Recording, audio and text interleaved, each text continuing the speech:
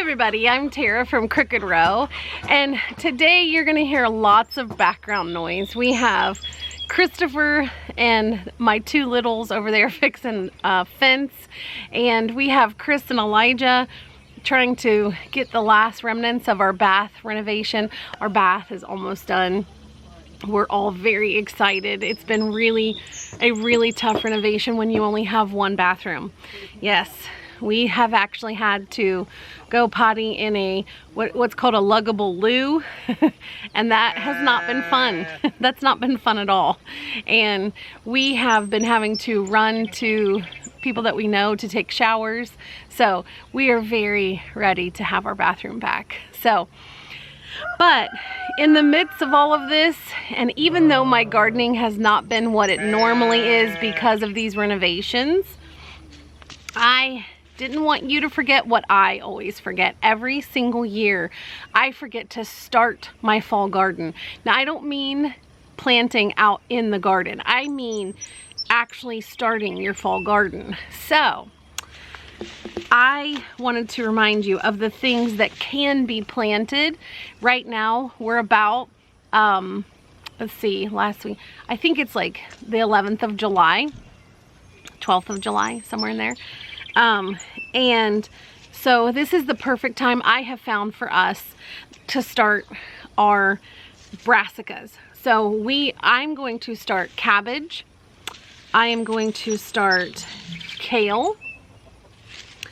And I'm going to start broccoli. And here's another cabbage I'm going to start. And I'm actually going to sow these out in the garden. The, is it called lacinato? Lacinato? I think, yeah, we'll say it's that. I'm going to sow out in the garden some more basil, Thai basil, dark purple basil, and of course Genovese. And I am going to start, now I could sow my zucchinis out there, but I like to kind of know where my zucchinis are going to be after they have already taken root, because sometimes like they'll not come up or just whatever, and I have to keep track. I have so many vegetables planted, and I do have signs and stuff, but I don't know where these, I think the earth eats them because these things just disappear. My little signs disappear, my little place markers. I even bought long ones that I stick down into the ground, and those get eaten too. I don't know where they go to. They must be Korah from the Bible and get swallowed up by the earth. I don't know. But so I am going to start these.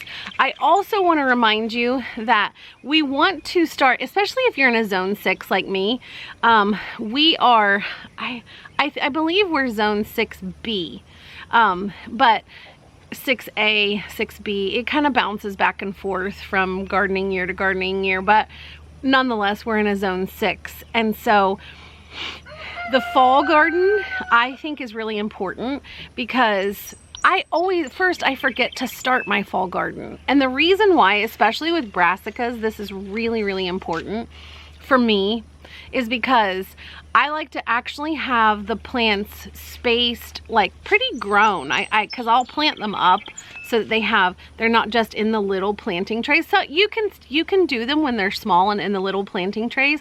I like to plant mine up and kind of make sure that they're really substantial plants before I put them out. And one of the reasons why I do this is because it is so hot here in July and most of August that I like to keep them in cooler temperatures, but under grow lights. Now, you don't have to do this. I have better luck, and we just have severe cabbage moths here. Now, I could plant them out and kind of maybe put shade cloth over them and insect netting, but I just don't want to do that, and I kind of don't have time. We just have so many other things going on this farm right now. So I like to start them from seed. And so this helps to prevent a whole lot of things. So let's actually head out to the garden, and I want to show you a couple things. As I'm walking out here, I don't know if you can see that little cabbage moth flittering everywhere. But if you actually look out over this garden, there's like hundreds of cabbage moths everywhere. I mean, just off in the distance beyond the trellis, there's like 6 over there. There's probably 4 right here. This is like my perennial garden right here in front of the greenhouse. And at any given time, there's like 12 cabbage moths flying all over here. So I see some over by the blueberries. They're everywhere.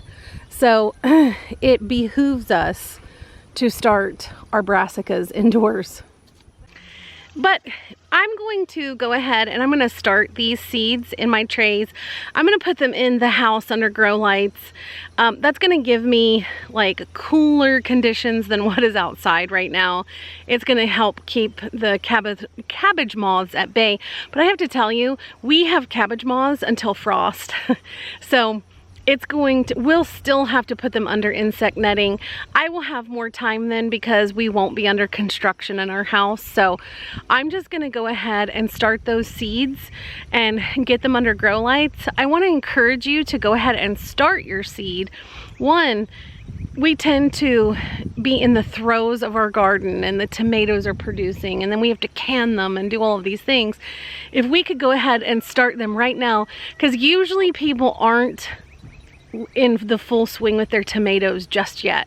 So if we can all just go ahead and start our seed trays now, then through the August months, all we're looking at is lights and watering. And then by the time like the 3rd week of August comes, or whenever you have a little break in preserving your food, then you can take your already made plants, already grown plants, and go ahead and put them where they need to be in the garden. It also helps to have this stash because as things start, oh, this tomato plant didn't make it pull up. Hey, I can shove a little, you know, a cabbage there. I can put some kale there, and just kind of scatter them through. If you do that, you'll have to come up with some sort of plan for your own cabbage moths or whatever eats your cabbage and broccoli and all of that. So let's go ahead and get started.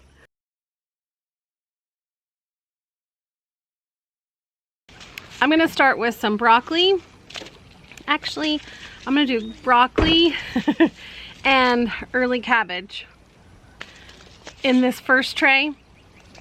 And in the second tray, I'm gonna do 1,000 head kale,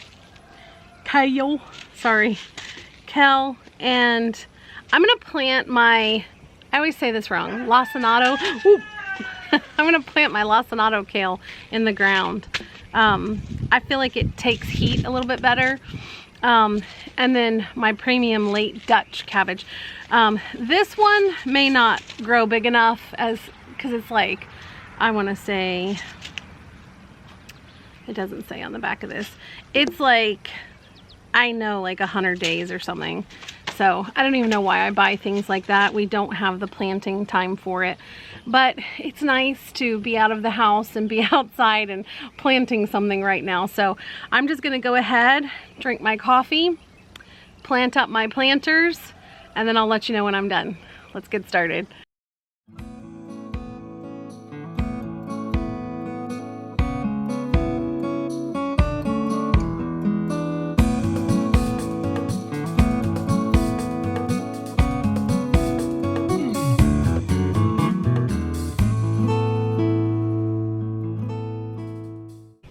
Okay, those are one and done, and we have put the lids on them. They're right here beside me. We're gonna go ahead and put those under the lights, and we're gonna have a good fall garden this year with all the different brassicas. I'm actually going to plant in the garden next week. My dad is coming, yay! And so he and I will get into the garden together, and we'll probably plant some carrots and maybe some onions. I'm gonna try to plant onions.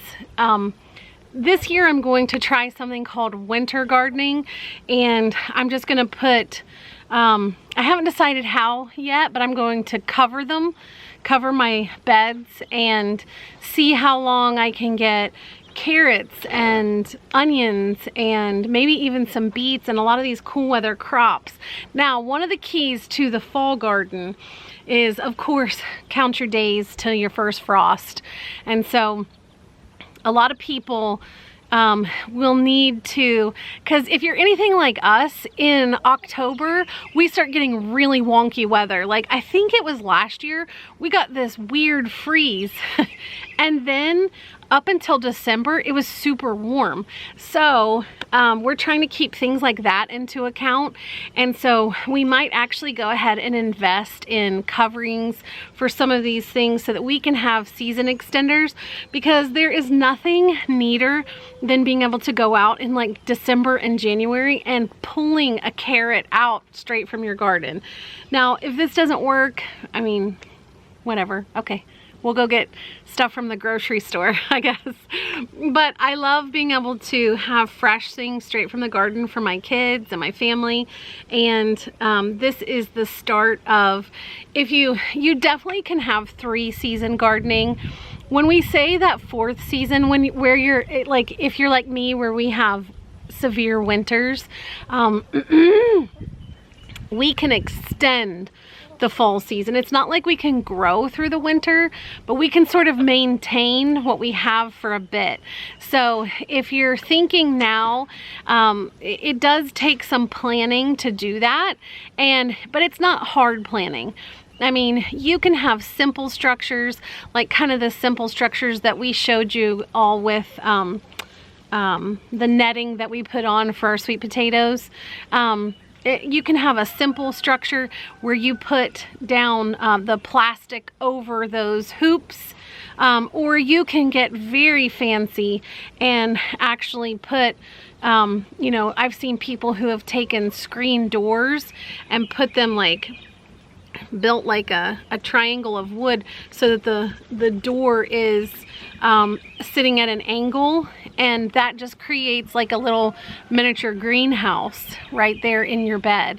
All of those things you can look up. There's different ways to do them.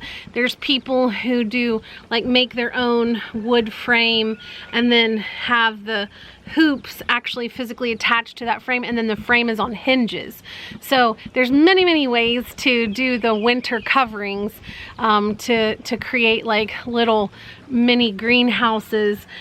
We also have our greenhouse, and this year we're going to really look into what we're doing with that greenhouse this year, because last year it was still kind of open to the elements, so we couldn't use it. But this year we're going to try and figure this out, so we're really excited to see what happens. But I wanted to put this video out to remind you, because I forget every year to start my stuff in July. I wanted to remind you also to start your fall garden now, especially if you're in 6, 5, 4, maybe you could start yours now.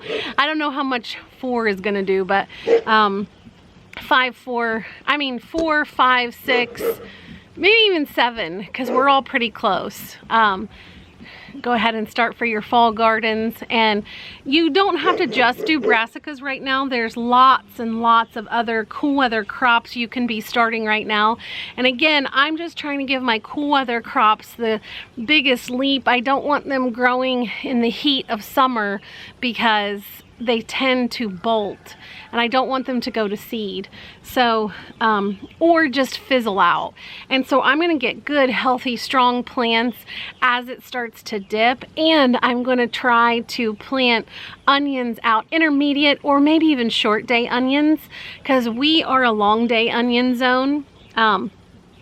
But I'm trying for fall onions, and that's when our hours start decreasing. So I would really like to, I'm gonna research this and I'll let you know as I do it, but I really want to try to do some onions. I may start those from seed in my little grow room also, and then put them out more as plants and see just how many onions I can grow. I really like having them fresh from the garden instead of it in storage, but we'll see what we can do, and we'll practice together. We'll try all these little testings together, and I will always let you know.